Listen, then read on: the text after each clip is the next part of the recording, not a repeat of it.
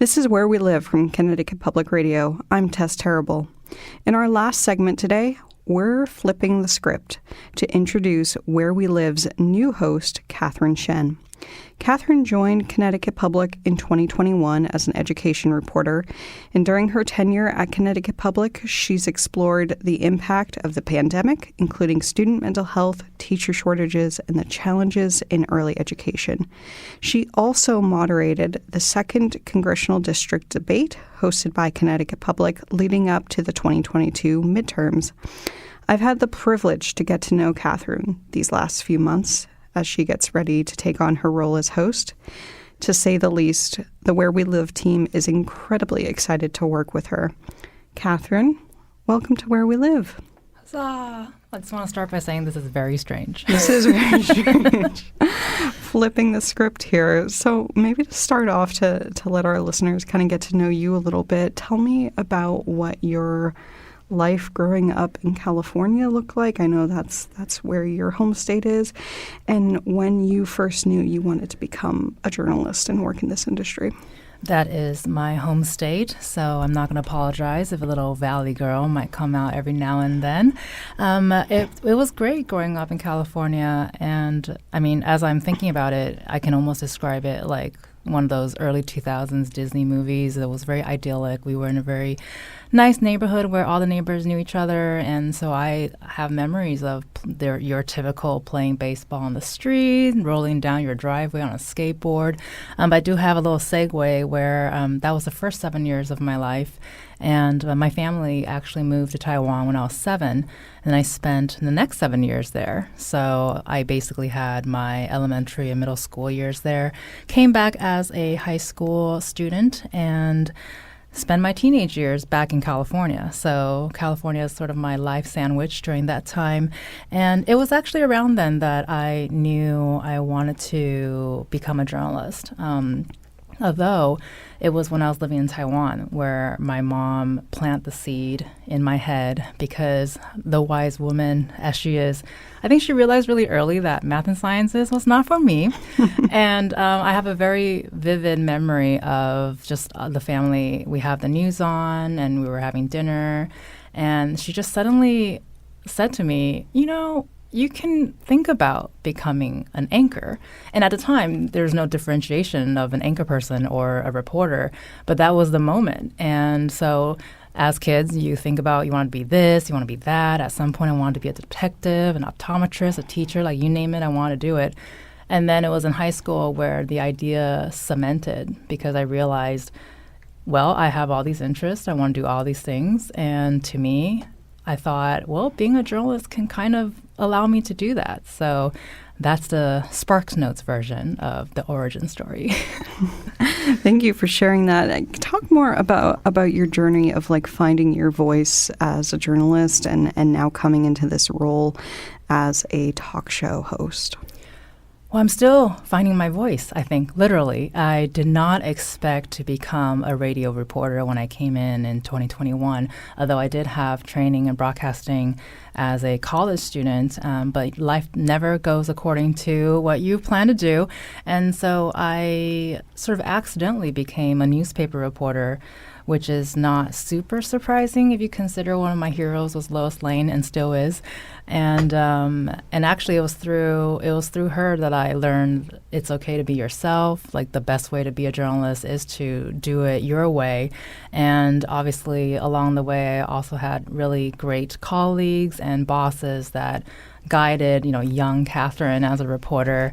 Many thanks to them to help me find that voice. But to answer your question, I don't actually know what that voice is yet. So I'm excited to have you all with me on this voice journey to figure out what that is, especially coming into this role as a talk show host, which is also very unexpected in the best way. And so I'm excited to see what that looks like. In the last few months, you've kind of served as our interim host, and we've had a lot of conversations about what we want to do with Where We Live. And Where We Live, I think our listeners know, is a very mission-oriented show. The team is really committed to serving the people of Connecticut and always connecting our shows, our coverage to, whether we're covering a national topic or a local one, back to the people in our state. And I'm wondering if you can talk about how you've kind of connected to that mission, because as you've been onboarded, I've really seen that mission kind of shine through you. Well, I'm really glad to hear you say that, because I love that mission. I think me as a reporter, that's what I've always done. My reporter journey has always been very local or hyper-local. So it's not different for me to you go both ways, right? When it's really local, you think about how does it impact everyone else. And when you have something big that's happening to everyone else, you try to figure out how does that impact you. So I think in a lot of ways, being a reporter and being a host for Where We Live, to me, there's not really a huge difference. It's just the audience is different, the way you're consuming news is different, and how do we balance that?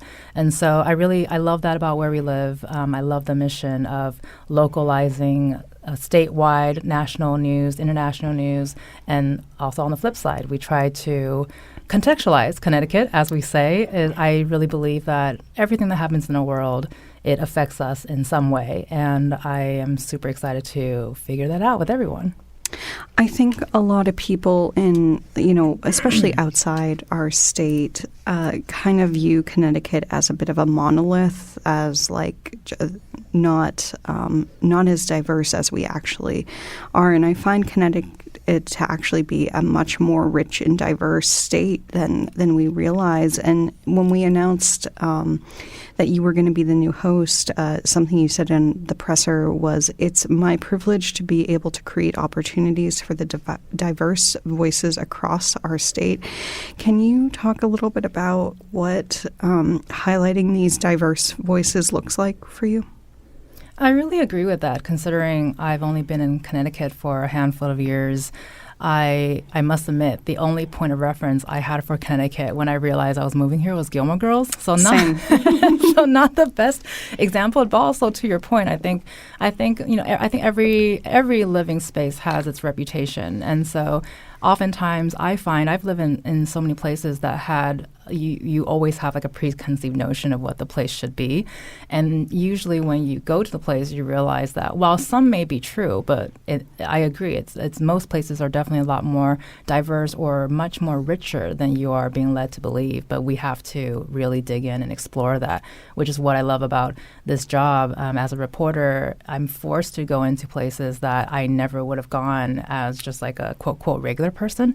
And so I have used that as an opportunity for me to explore different places. And I've done that in pretty much all the places that I've lived and worked.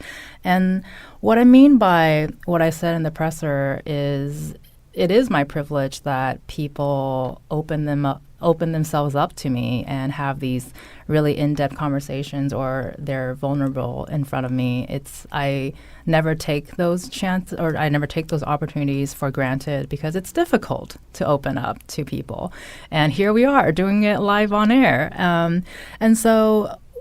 And the diverse voices for me, it's not just race, it's not just gender, it's not just a certain identity, it's different backgrounds, different places, and I think the word diversity is diverse in of itself.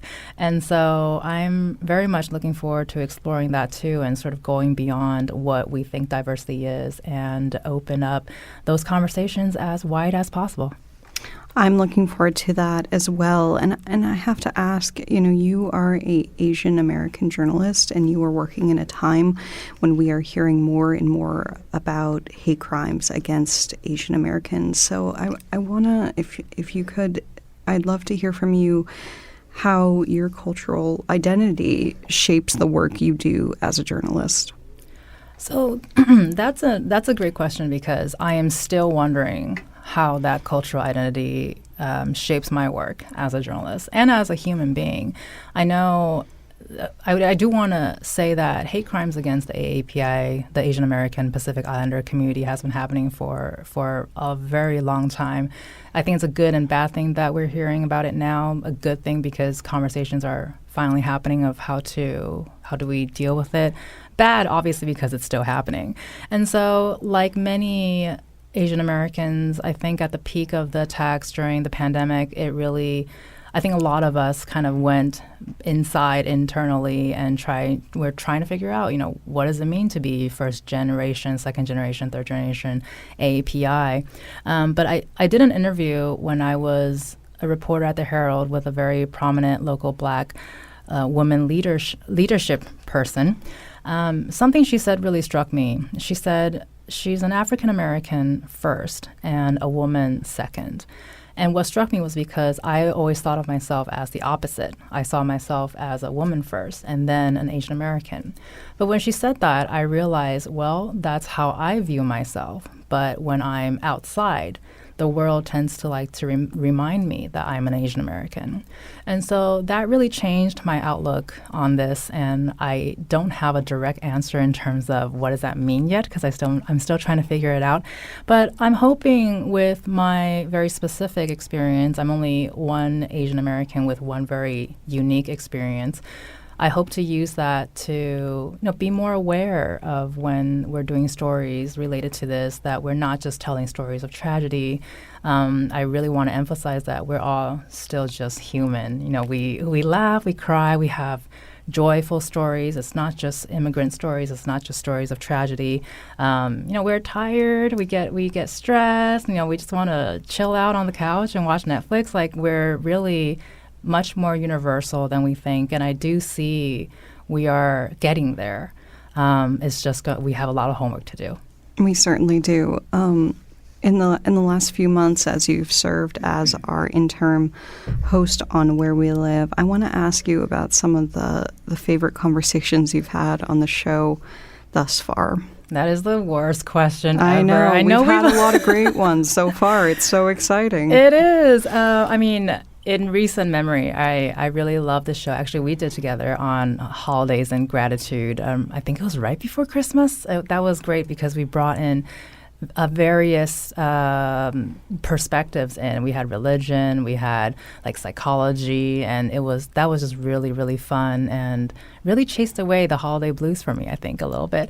I also really enjoyed this show that was produced by Anya Grandolski about Veganuary, just because that was another fun, kind of different way of seeing diet and how we treat ourselves and animals and whatnots, and also how we view New Year's resolutions. I thought that was really cool. And then a recent show produced by Katie Pellico with RuPaul's Drag Race was also really fun, just because I know I'm choosing all the fun shows, but I think it's fair to have a good time here. And that was just something really different. It was really cool to showcase drag queens from Connecticut. Who knew? Yes, we've certainly had a lot of fun in the last few months, and it's been really exciting to see our listeners get to know not just Catherine Shen as a journalist, but Catherine Shen as a person. So we put out a little promo video, and something has been getting a lot of attention, and that is your pink conference. What's the story behind your pink conference?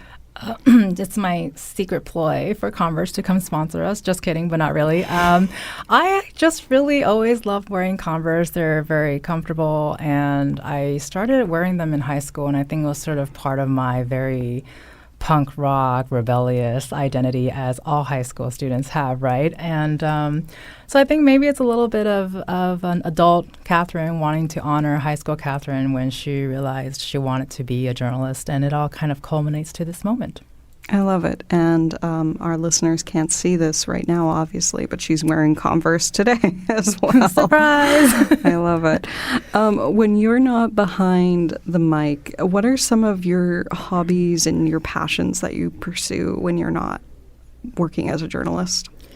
This is going to make me sound so boring, but I love reading, and so chances are pretty high catching me around the state digging for library sales, and I'm big secondhand / vintage / used books. I think about 95% of the books I own are secondhand books.